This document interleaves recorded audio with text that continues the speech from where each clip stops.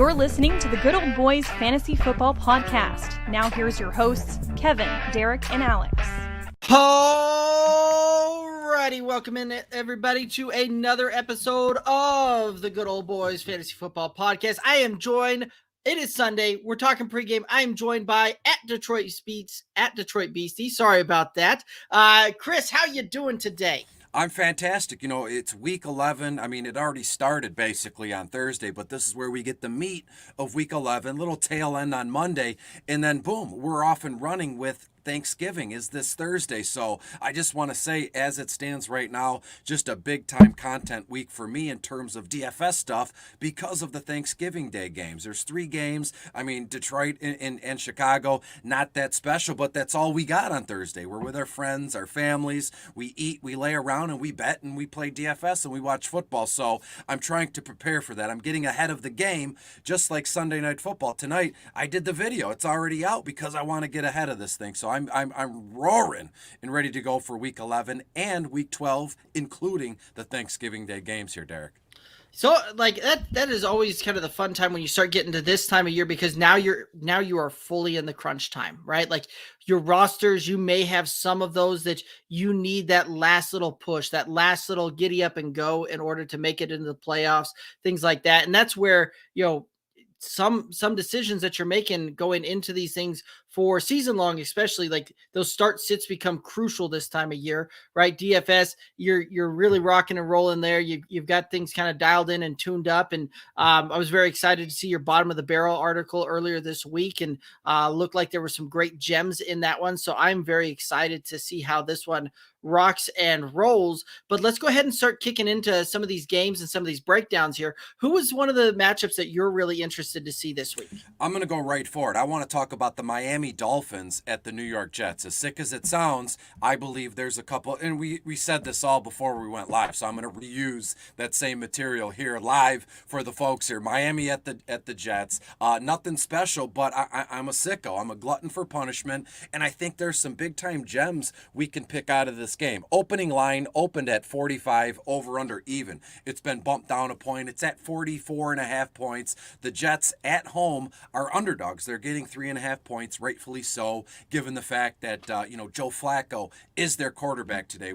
I have Mike White highlighted and mentioned in bottom of the barrel. Wasn't the way. I guess as it stands now, I don't know if this is news to anybody, but Zack Wilson, their young rookie quarterback, is I guess he would be healthy enough to play, but I guess in a weird way, they throw him to the Wolves early in the season, and then they pull back the reins after some sort of lower body injury here, and they're like, hey, we got Mike White, who kind of played well for a few games, had that dumpster fire game, and now we have Joe Flacco, a seasoned vet, a Super Bowl winning MVP kind of quarterback here. Why not let him play? Because from what I've heard, Flacco, he's just more experienced. He's more in tune with opposing defenses and blitz coverages, because we know the Miami Dolphins are just going to send everybody on every play. In high school, I had a coach, he would just do this, crazy eights. That just means the defense, you just go. And we're going to see a ton of blitzes on the New York Jets this afternoon. So Joe Flacco's the guy, and I don't hate it. I made an edit. I added Joe Flacco to bottom of the barrel. Only $6,300 on FanDuel, $4,600 on DraftKings. And when you look at it, the DVP is good for both both for DFS and seasonal formats. The Miami Dolphins, they're 30th overall against opposing quarterbacks. They're 20th against running backs, 30th against opposing wide receivers. So everybody, with Dallas and Kansas City, Cincinnati at Vegas, which I know we'll get to, and even Green Bay at Minnesota, everybody's on these other games here. But the Jets, they could hang some points in this one. Do I think they win the game? Absolutely not. But I do think there's a little bit of an edge here in DFS formats. In seasonal circles, I know I talk DFS all day, every day, and especially Sunday mornings. I have to remember that this isn't a primarily DFS show. To all you seasonal folks here, if you got Michael Carter, absolutely starting him. Corey Davis, Jamison Crowder, even Elijah Moore, I'm starting all 3 of those wide receivers. I have Crowder, Crowder, Corey Davis, and Elijah Moore for around the same target share. I know it's wild. It's the Jets with Joe Flacco, but I could see each one of them as a floor about 5 targets in here. 1 or 2 might pull away. Maybe it's Crowder with 6 or 7. Maybe it's Corey Davis with 6 or 7. But the rookie, Elijah Moore, has started to kind of assert himself and show us why he was a stud wide receiver coming into the draft and after he was drafted. He's been coming alive. And I know I don't want to bury the lead here, but I love the idea of Rashad Bateman too, with or without Lamar Jackson, who is out this weekend. But in DFS formats, you kind of hang on every little edge that you can get here. On the Miami side of things, to be honest with you, the only person I'm excited about is Jalen Waddle. I'm predicting him to see 9 or 10 targets. I don't even think that's talking out of school. You look at Jalen Waddle, the Jets 21st overall against opposing wide receivers, makes for a great play. He's already has a built-in target share. He's got a floor of what here, Derek? 5-6 targets. It's sweet. I think he gets to double digits. But then one little gem here could be Myles Gaskin.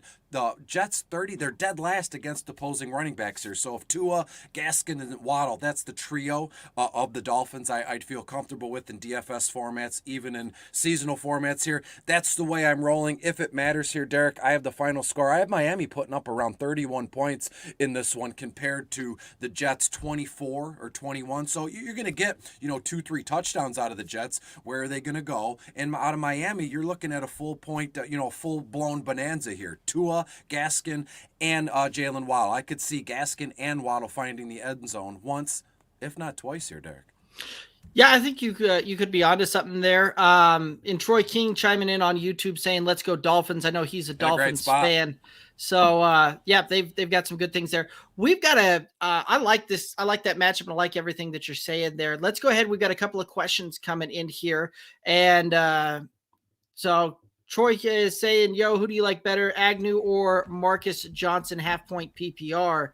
What you got on this one, Chris? Let me look up each one as I go. I love these kind of questions. Let me dig in. Agnew's been a bottom of the barrel special. Marcus Johnson is also in bottom of the barrel this week. I have Agnew. The thing about Agnew is they're starting to manufacture more plays for him, and at this point, they're not even manufactured. He's just part of the offense now. Used to return punts here in Detroit. With Agnew, around 6 targets, which is massively higher than he's ever seen in terms of the start of the season. Agnew, 6 targets, 4 receptions. You're looking at about 45 to 50 yards. As it stands now, Agnew averages around 10 yards a reception here. So let me look up Marcus, it's a great play here. Let me bring him up.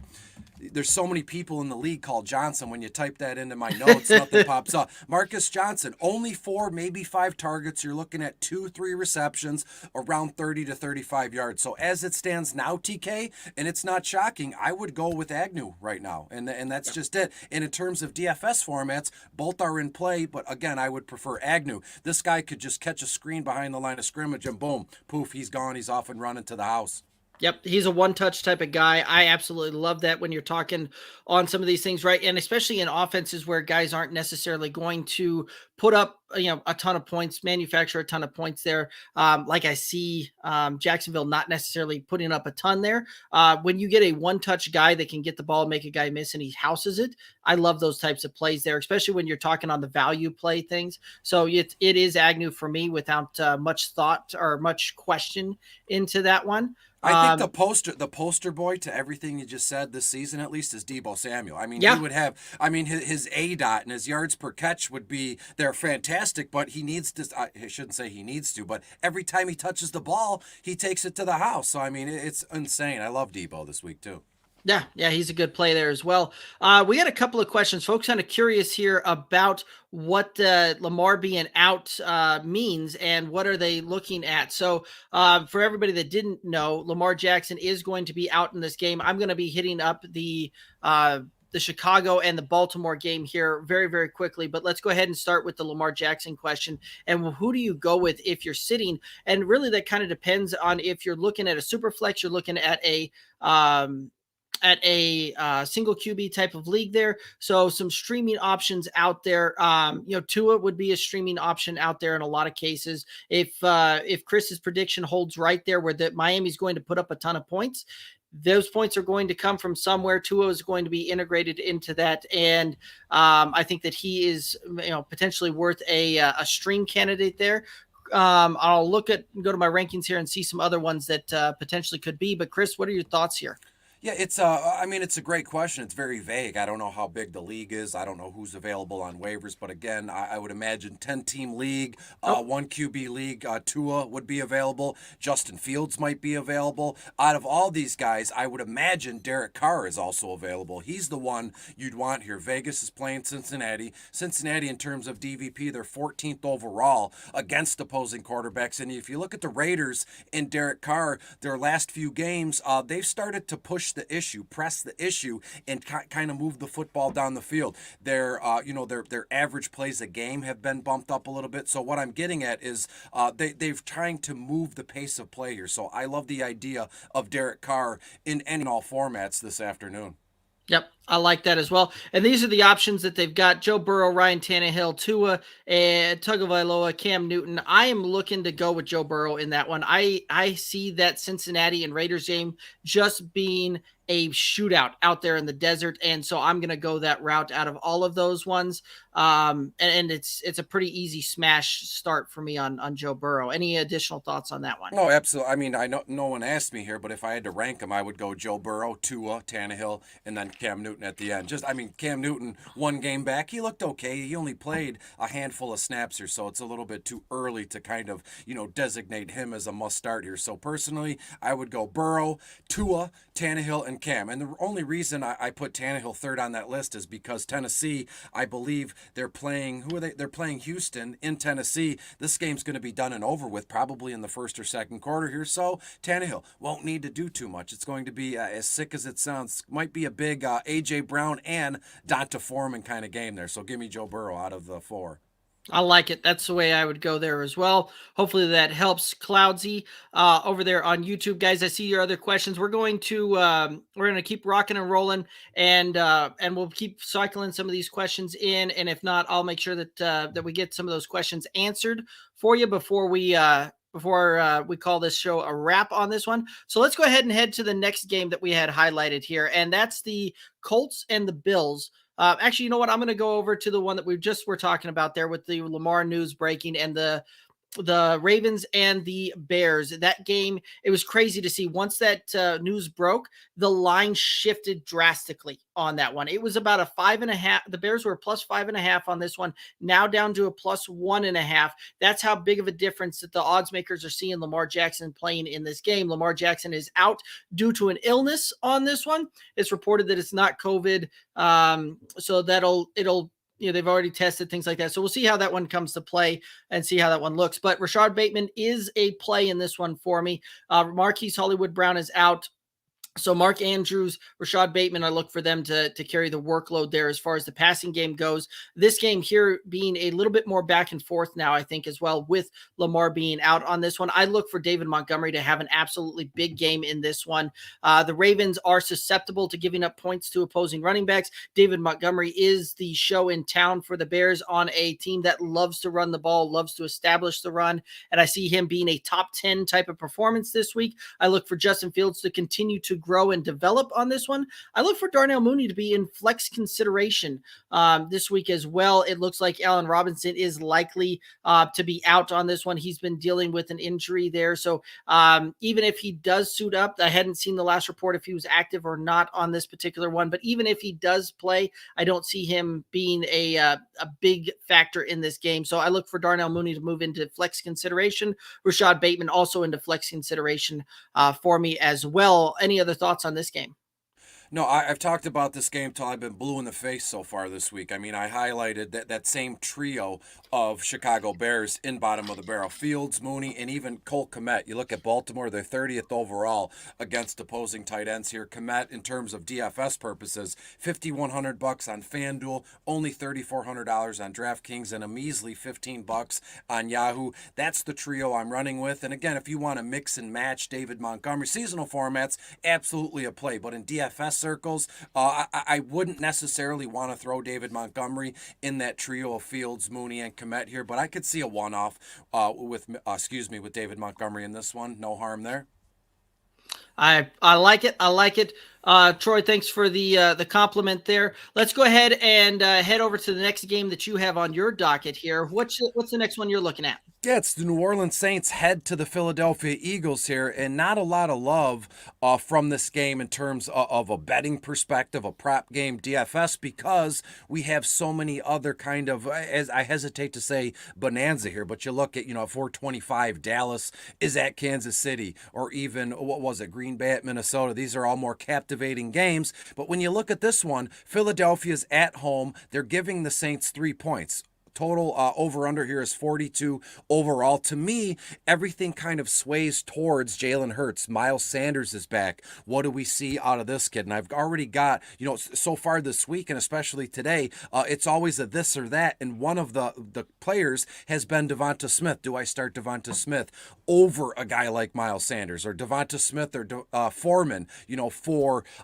Tennessee here? To me, the answer is always Devonta Smith. Only $6,400 on DraftKings. On FanDuel, Devonta, $6,600 here. Now, when you get with Devonta Smith here, the targets are starting to come here, and you love to see it. And most of them, if I can elaborate here, some high upside targets, red zone looks, deep ball throws. Those are all the things that you look for to accumulate fantasy points. To be honest with you, Derek, that's why we're here on Sunday. That's why we're here every Sunday. We want to know the players that will score the most fantasy points. Absolutely. And I'm telling you, in this one, I love the idea of Jalen Hurts and Devonta Smith, just a little mini stack here in DFS formats. In seasonal formats, you have Hurts, you're starting him. I put my money where my mouth is. Jalen Hurts is my dynasty quarterback in my big 14-team league. And then on the New Orleans Saints side of things, Trevor Siemian, I've noticed, makes for a nice kind of over-under prop bet here, an underdog or, super draft or some of those ones here. I believe the player prop with Siemian is over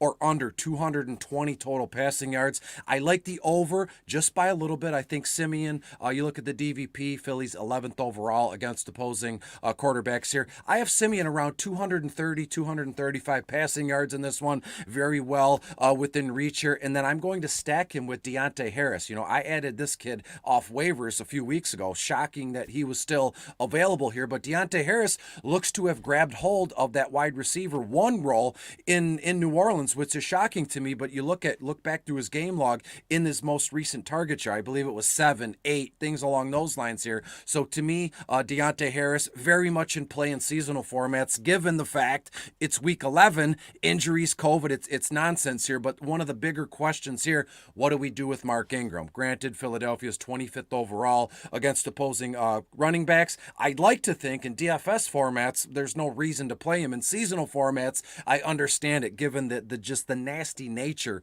of injuries to running backs this season. And briefly, I will mention Adam Troutman. Philadelphia, they're dead last against opposing tight ends here. No doubt, hand to the sky. I guarantee Adam Troutman catches a touchdown pass this afternoon. DFS formats, only $4,800 on FanDuel, only $3,300 on DraftKings. So make sure you give Adam Troutman a big time look here this evening.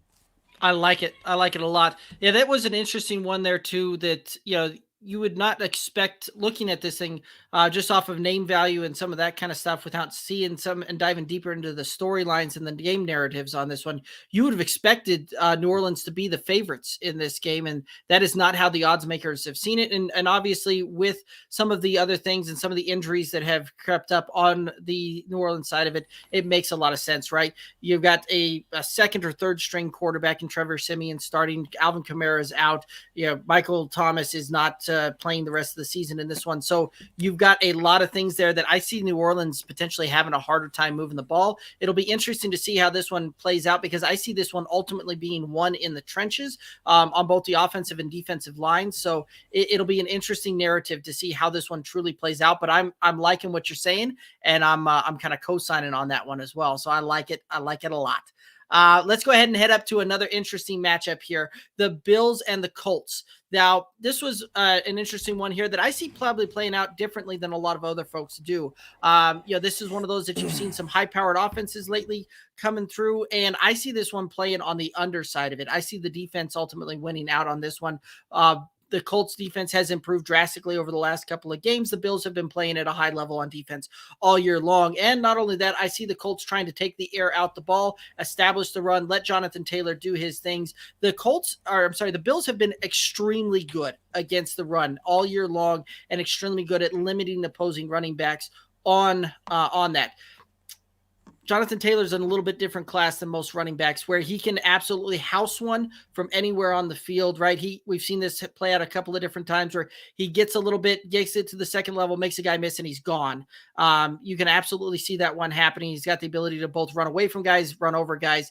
He's a special kind of back there. And so I see him being a very good play on this one. I'm not as high on him as a lot of other folks in the industry are as far as a consensus ranking. I see him as running back 7. A lot of folks see him easily in the top 5 on that one. So I'm going to limit my expectations a little bit there with him. But I do see that these Colts defense trying to step up there. And I'm not necessarily looking to play either Manuel Sanders or Cole Beasley in this one in a season-long format. They're there as a flex consideration type of play, but I would pivot to other options if I had that. Also not looking to play Moss or Singletary in this one either. I think that you're going to see a much slower pace of game because that's ultimately see how I'm going to see this one playing out. So I see the Buffalo winning this one about 24-20, but not looking to really smash the over, smash the Bills to cover, things like that. I'm going to see this one being a slower, grinded out type of game. Yeah, you said everything you need to say in terms of seasonal formats, but briefly in DFS circles here, I just don't feel comfortable playing Jonathan Taylor, Hines, Pittman, and you go down the list. Buffalo, if you look at their DVP, they're second against quarterbacks, first against running backs, first against wide receivers, 7th against tight ends.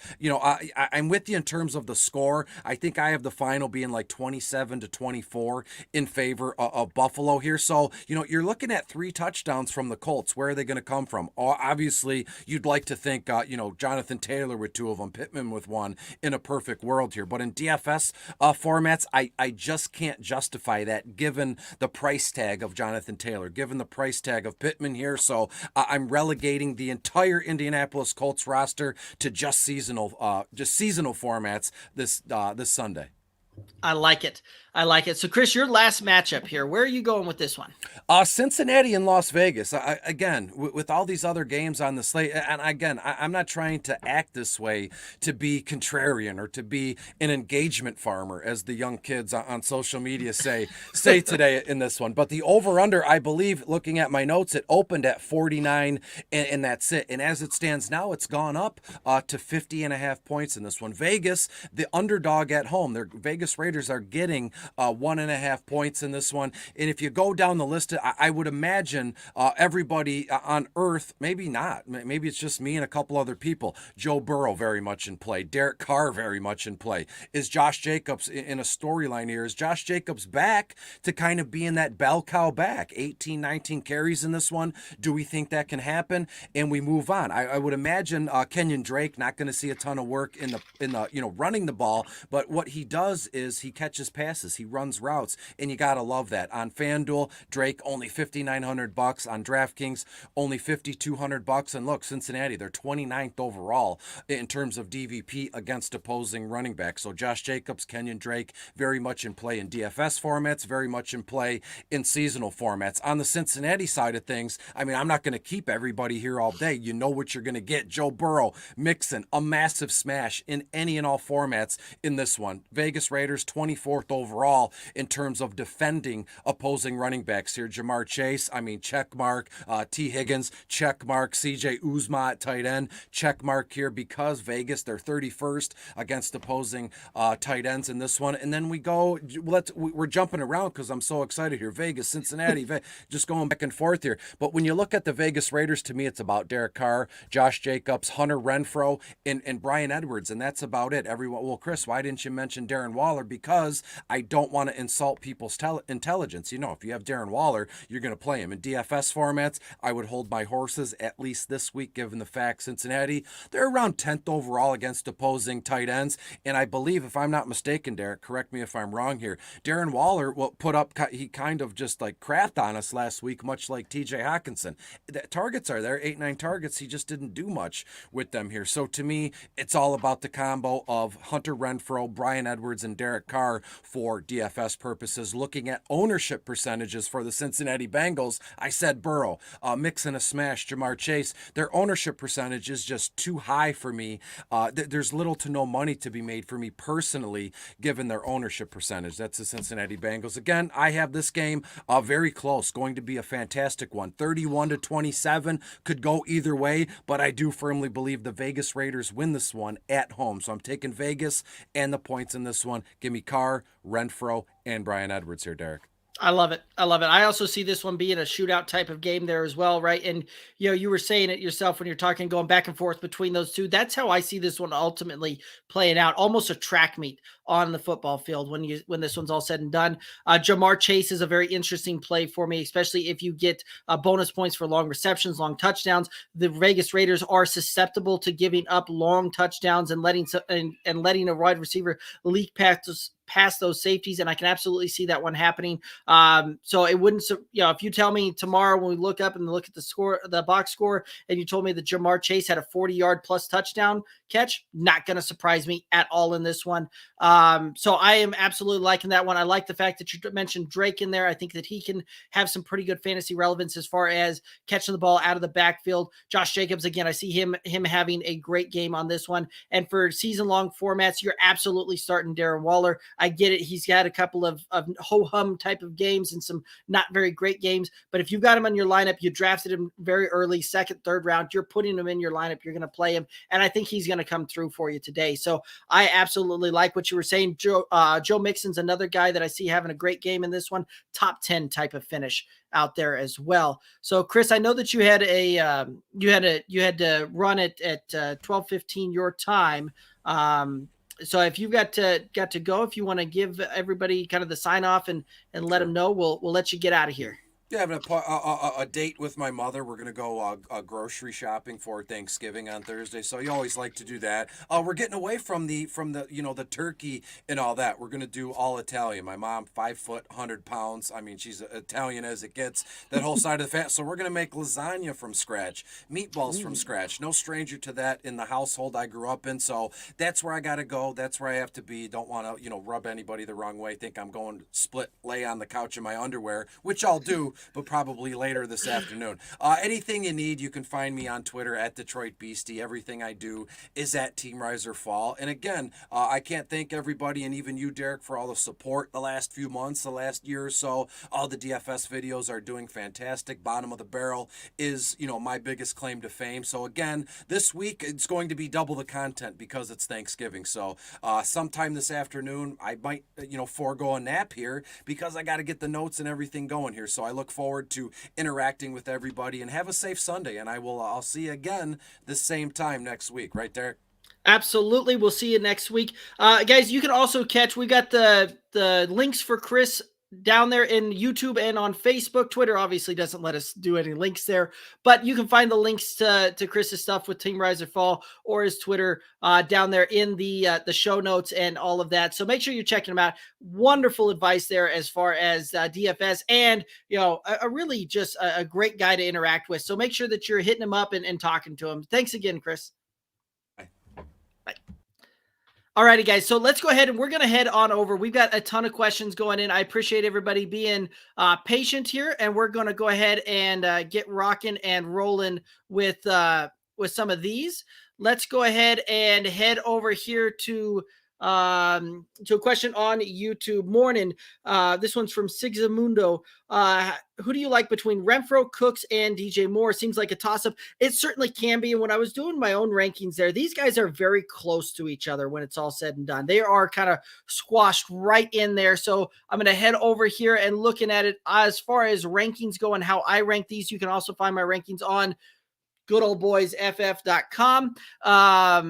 So as far as that goes, I've got DJ Moore 1 spot ahead of Brandon Cooks. I've got Hunter Renfrow about 4 spots behind Brandon Cooks. So if I'm ranking them that way, that's how I've got them ranked. Now, Sigmundo, that also depends on how you're going about this one. I see DJ Moore probably having the better floor, better upside, or the safer play there a little bit. Now it's tricky because of the fact that Cam Newton's coming in there. We see a new quarterback come in, and we're not sure what we're going to look like there. But looking back to the chemistry these two showed back when they previously played together, it was very, very good there. And so I think that you're going to see DJ Moore get enough volume for fantasy there. Plus, he's a guy that can catch the ball, make a guy miss, and house it from anywhere on the fields. Brandon Cooks is an interesting play. I think he probably has maybe some higher upside here because of the fact of how I see that game going to ultimately play out there between Houston and Tennessee. I think Houston's going to be down in this one. Tyrod Taylor, not going to surprise me if he's throwing the ball up and over the top, really trying to hit some home run type of passes there.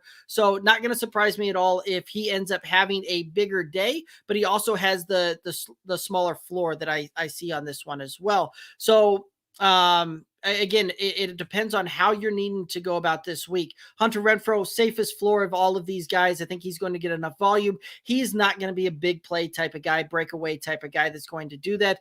He's also less likely to fall into the end zone than either of the other two. So if that's what you're needing, right? If you're needing a guy, if you're projected to win, you're looking like you're going to win, and you need a guy that's just going to make sure that you get across the finish line on that one, Hunter Renfrow may be the play there. Brandon Cooks, if you need an upside shot, I think he probably has the upside shot. But if I'm going season long, I'm most likely going to be playing DJ Moore there overall there. But appreciate the question. Thanks for tuning in. All right. So we've got Jeremy over on Facebook asking AP, Gallup, Miles Sanders, or Tony in the flex.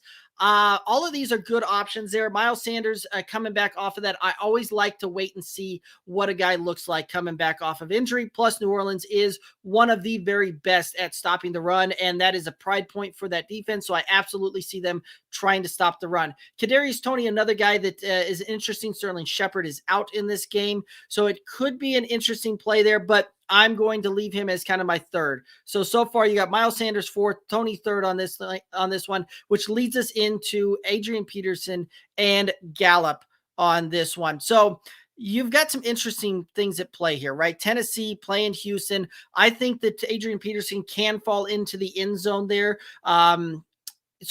But again, it'll be an interesting mix to see how Devonta Foreman and how AP play out. But I do think that AP gets a touchdown on that one. I really like that prop out there today. But as far as who I would be starting in my flex, I'm probably going to go with Michael Gallup in there. That Dallas offense is good. It is, and with Amari Cooper being out there, I like the upside that Gallup possesses there as well. Where I think that you're going to see a heavy dose of both CeeDee Lamb and Michael Gallup in this one, with Dallas getting up and then just cruising the ball through Zeke and Pollard to close that game out there. So if I'm ranking that for a flex deal, I'm going with Gallup, AP, Toney, then Sanders in that order. Great question. Thanks for tuning in there. We got Sigmundo saying thumbs up. Thanks for tuning in there. Jeremy saying that he needs the wisdom. Appreciate you tuning in there. All righty. Jeremy also saying thanks.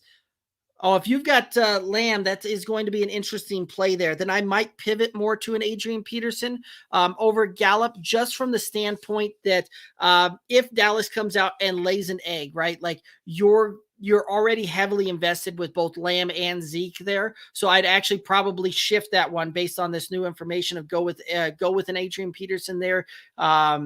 Take that type of workload.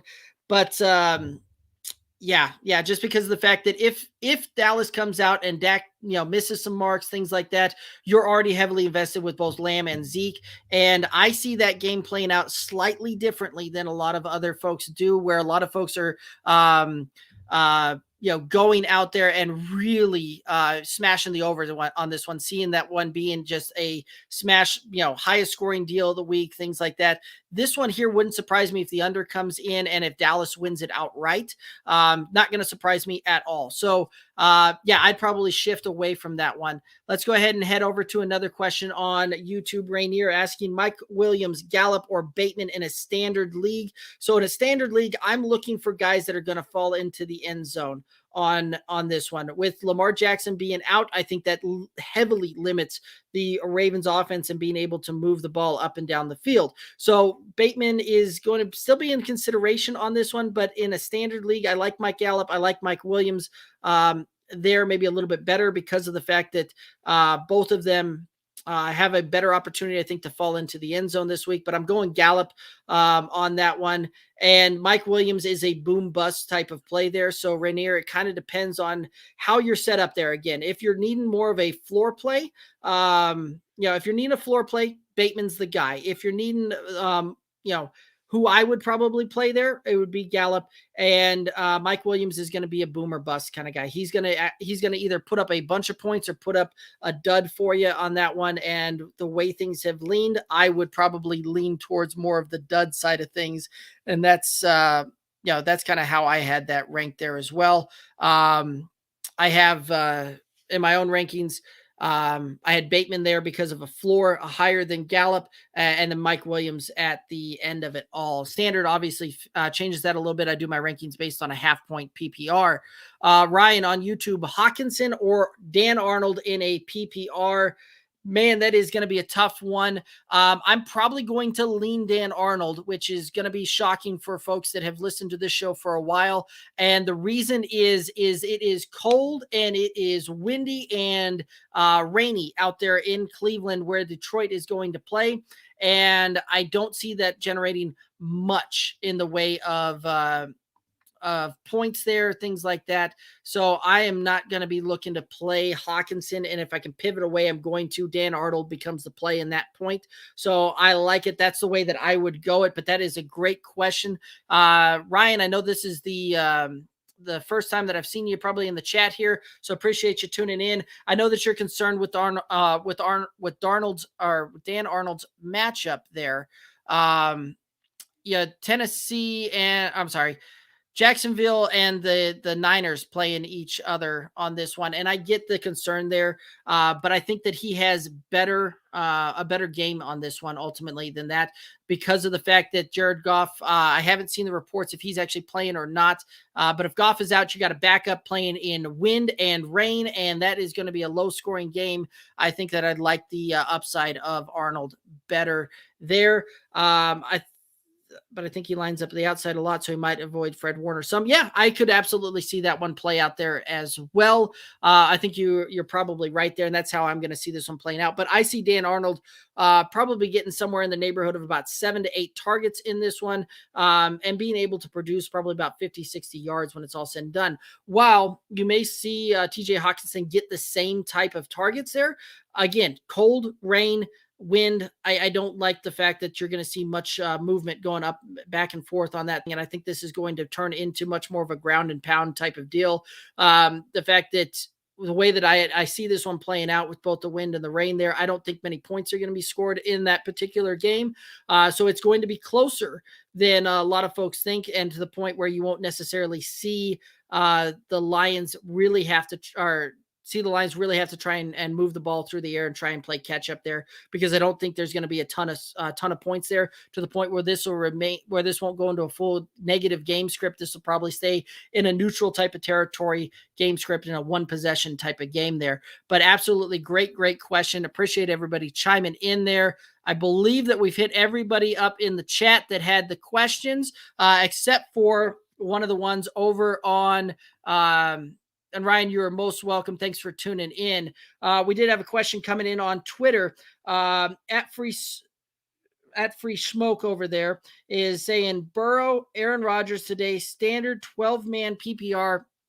Man, that is tough. It is always tough to have to pivot away from Aaron Rodgers when he's going up against a divisional opponent there. He tends to do pretty well when you're looking at the at those NFC North type of positions there. And actually, Ryan, if you're still looking, I just got the update that Jared Goff is out. So I really don't like the fact that they're going to be rocking and rolling a backup. They're trying to throw the ball to TJ Hawkinson in the wind and the rain. So absolutely, I'm pivoting away there. Cloudsy, my apologies. Let me go back and find that one. There we go. Okay. Cloudsy, I found it. My apologies again. Starting lineup this week, any changes? Burrow, Mark Ingram, Damian Harris, Stephon Diggs, Jamar Chase, Darren Waller, A.J. Brown, Tennessee defense, Tyler Bass. Let's see here. You've got Kamara, Lockett, Darrell Henderson, Cardinals defense, Gronkowski, Christian Kirk, Lamar Jackson on the bench. Lamar's not playing. Kamara's not playing. Gronk is playing there. The Cardinals defense, I would probably not play them. I think you're probably better off with the Tennessee and the matchup there. Darrell Henderson's on bye. So the only players that you could possibly plug and chug is Tyler Lockett, Rob Gronkowski, and Christian Kirk in there. I probably like the Darren Waller play in that one more so than the Rob Gronkowski play. So I would leave Darren Waller in my lineup there. Christian Kirk, you would be putting him in at a flex type of position, I would see there, because I'm not going to put him in over either Stephon Diggs or Jamar Chase on that one. A.J. Brown, potentially. I could see him getting some bracket type of coverage, things like that. Seattle has a bad secondary. They've been giving up points to wide receivers all along, but there's also a good chance that Kyler doesn't play in this game. You've seen it because Seattle right now can get Arizona can basically get 2 games for 1 by setting Kyler again this week. They're on bye next week. I've made plans in every one of my lineups that I've got Kyler playing that he is not going to make it and he's not going to be able to give it a go there. So I would probably leave it as it sits. And I think that you've optimized your roster there, at least from the standpoint, that is how I would run my roster out there with the players and the options that you gave me. Thanks for making sure that I got to that one, Claudia. That was a great discussion. Thank you very much. Let's go ahead and head to this one. Last thing, probably starting Lockman over Pittman because I don't like Pittman's matchup against Trey White. Is that crazy of me? I think I'm pretty set on it. If you're set on it, I'm not going to talk you out of it. I might go the other route there just because of how much on fire Pittman's been versus Lockett not be, and we're still looking to see what Russ Wilson really looks like coming off of this injury. He didn't look great last week. Granted, Green Bay's defense had been playing very, very well, but he's still got another good defense that he's going up against in the Arizona Cardinals there. So if you like your roster that way, I'm not going to talk you out of it. Both of those guys are going to be pretty close for me as far as my rankings go. I'm just going to go over here and double check that and make sure of it. Yeah, I've actually got Tyler Lockett slightly above Michael Pittman this week as far as my rankings go. I got Tyler Lockett as wide receiver 14, Michael Pittman as wide receiver 16. So yeah, I would probably stick with that one there as well. Ryan, thanks for the questions. Everybody, thanks for tuning in there. If we have any other questions or if I missed any others, let me know and we'll hit those things up here really, really quick there. But I do appreciate everybody tuning in, chiming in. You guys really make this show a lot of fun when we get to talk about it. We get to have some back and forth as far as some of these questions and allowing me to help you walk with your fantasy journey there. So absolutely appreciate everybody tuning in, chiming in, and it has been a blast yet again there. So I appreciate everybody doing that. But I'm not seeing any other questions come in. So I think we're going to go ahead and wrap this show up. Again, thanks to everybody tuning in. Thanks to Chris for coming on and giving us all of his DFS type of deals there. Cloudy saying that headed off to a watch party and can't wait for the next stream. Cloudy, we always appreciate you seeing you in the chats and in the feed. So absolutely, thanks for chiming in. We go live next Tuesday, 11 p.m. Eastern, with myself, Alex, and Kevin, the full ensemble of the Good Old Boys Fantasy Football Podcast. You can hit us up in the meantime on the socials, Twitter, Instagram, Facebook, at Good Old Boys FF.